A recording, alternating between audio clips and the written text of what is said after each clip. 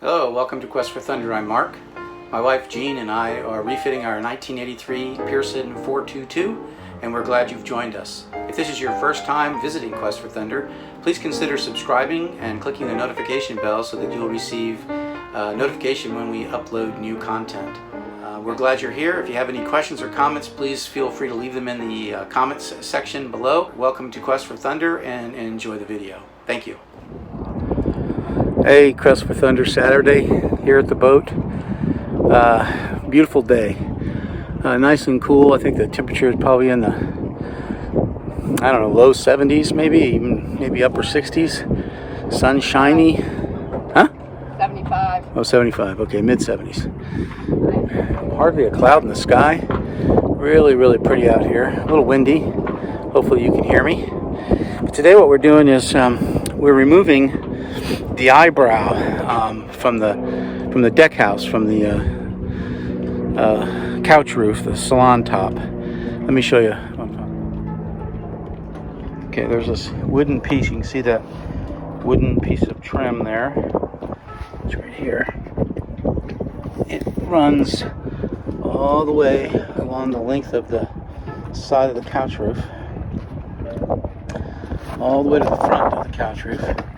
You can see where Jean's sitting right there. It goes beyond that, but we've removed that piece already, right there. And Jean has gone behind me and sanded that all smooth. So maybe you're asking yourself, with all these other things that we have going on, why are we worrying about something that's basically aesthetic? It's not. Answer the question. Well, it's a common boat thing. It's a common boat. Starts with an L. Yeah, go ahead. Leak. Yeah. Leaks. So we've discovered that we have some leaks that we've been having a difficult time pinning down, and I think we've determined that they're coming in some cases they're coming in from the screw, because this stupid thing was screwed in. You can see the holes. I don't know, maybe you can, maybe you can't. But it was screwed in, just a boatload of screws. And I think in some cases they may have penetrated all the way through. And it's... Well, we found evidence of somebody before us was trying to stop a leak in one of those screw holes. Yeah, they put silicone in it. You were pulling off the trim there. Right. So we're doing this not because it's aesthetic, but we're doing it in hopes of being able to stop some leaking, right? Then we'll make it aesthetic after we're done. Yeah, what are we going to do? We're going to put that piece of wood back on there? No.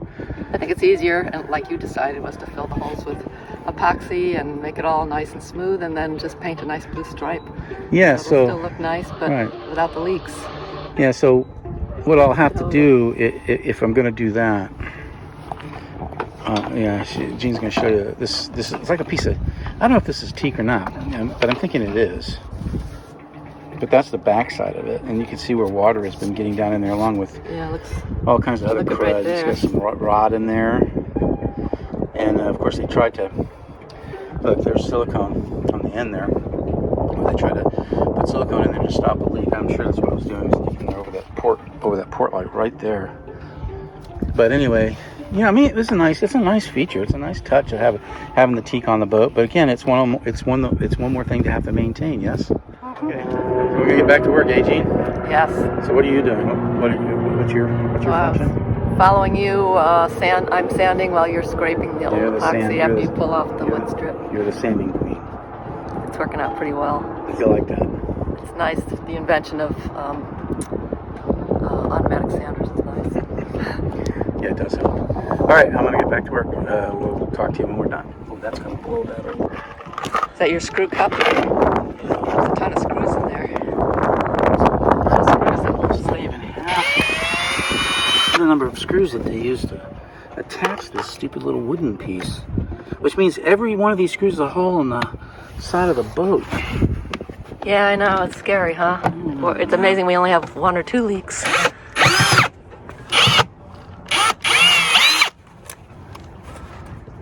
There it is. And see the tip of that, it's like it's got some kind of goop on it, like it's gotten wet. So water's been getting down in there. Well, and you can tell by this hole how dark it is. The water has been getting... Yeah, it looks like a little rod or something. Maybe, could be. Where is the location where we really had the main leak? Oh, I don't know. Did we already go by it? That's what I think. Well, yeah, it was where the two pieces met right back there. It was a big one. There's something here though too. Well, that might have been me. Oh, trying to damage that. Just trying to get that bung out. Because there's. Anywho, what do we have to do? So this is a step. It folds down like that one over there. Yes. So it kind of encloses the cockpit when you're not using the step. Uh-huh. And when you want to come in and out of the cockpit, it folds down and make a step, make it easier. So in order to get this eyebrow off, this thing is through bolted through the eyebrow, through the hull. And so we had to undo this. So we can remove the step. So there's the step.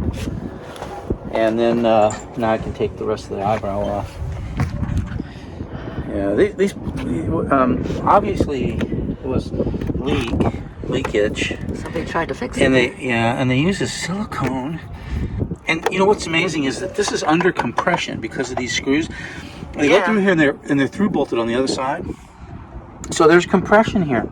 So a butyl tape would have been a much better solution for this instead of the stupid silicone that. Well, butyl tape lasts longer too, doesn't Well, it just works better.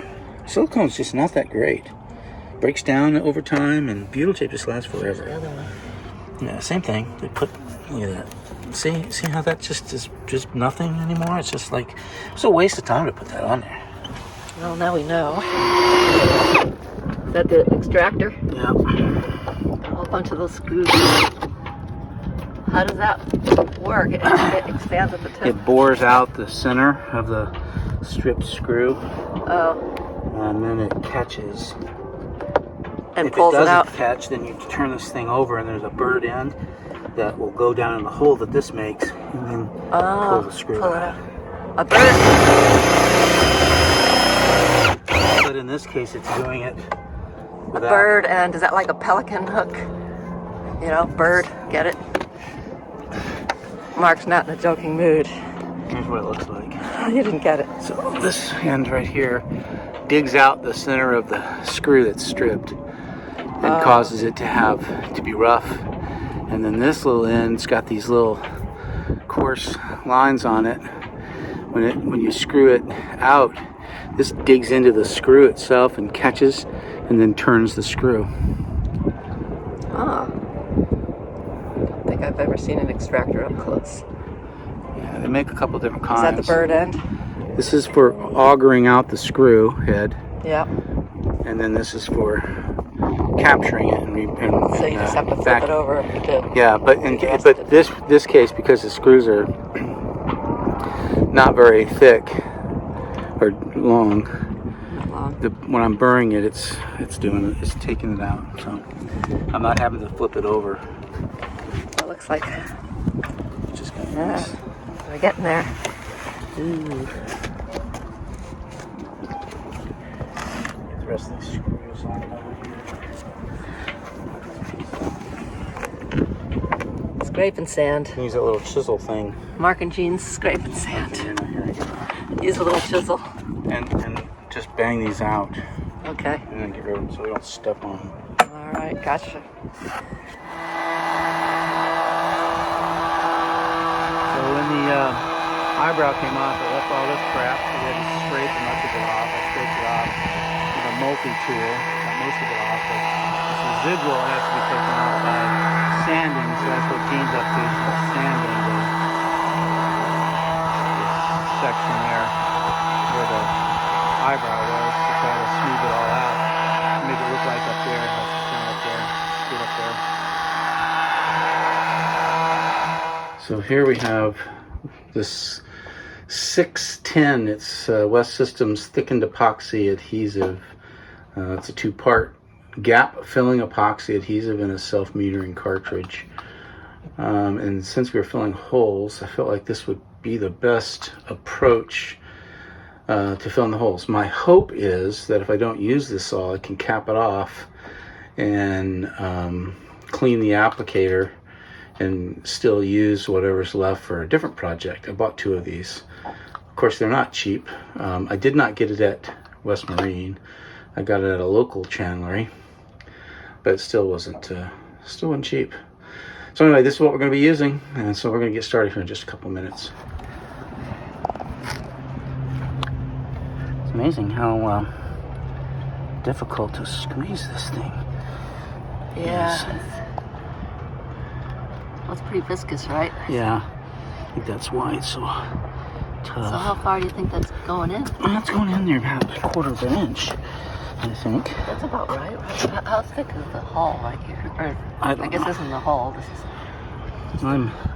Well, this thing is about, I don't know, quarter inch to maybe 3/8 of an inch thick.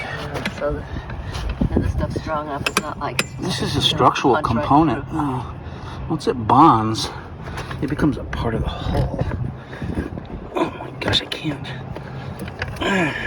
It's always hard to maneuver on a boat or anything.